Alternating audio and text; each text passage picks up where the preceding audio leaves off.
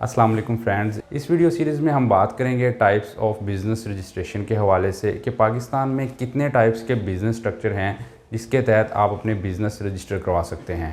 जो सबसे टॉप पे आता है वो है सोल प्रोप्राइटर बिज़नेस। कोई भी individual as a sole proprietor अपना बिज़नेस रजिस्टर करवा सकता है with FBR federal board of revenue और अपना बिज़नेस NTN लेके अपना बिज़नेस स्टार्ट कर सकता है। सेकेंडली, अगर दो या दो से ज़्यादा पर्सन हैं तो वो अपनी AOP एसोसिएशन ऑफ पर्सन या पार्टनरशिप फॉर्म भी रजिस्टर करवा सकते हैं अंडर पार्टनरशिप एक्ट 1932 और अपना फर्म NTN लेके अपना बिज़नेस स्टार्ट कर सकते हैं।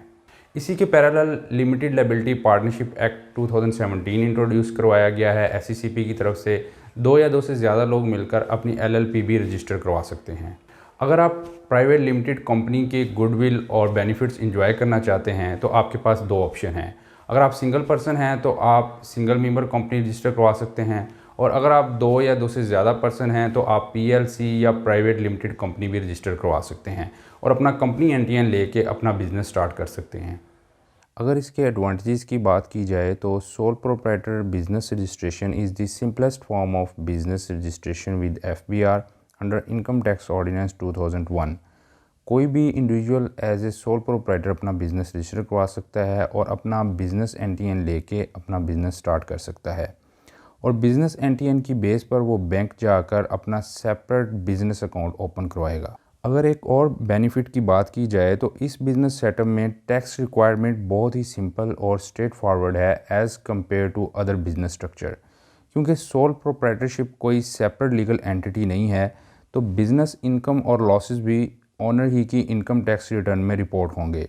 दोनों के लिए सेपरेट रिटर्न फाइल नहीं होगी। अगर सोल प्रोप्राइटर की टैक्स कंप्लाइंस की बात की जाए तो इसमें कंप्लाइंस की रिक्वायरमेंट मिनिमम होती है और इसमें एनुअल बेसिस पर अपनी टैक्स रिटर्न फाइल करना होती है और इस पर टैक्स स्लैब रेट के अकॉर्डिंगली होता है। आने वाली वीडियोस में हम टैक्स स्लैब्स के ऊपर बड़ी डिटेल में बात करेंगे।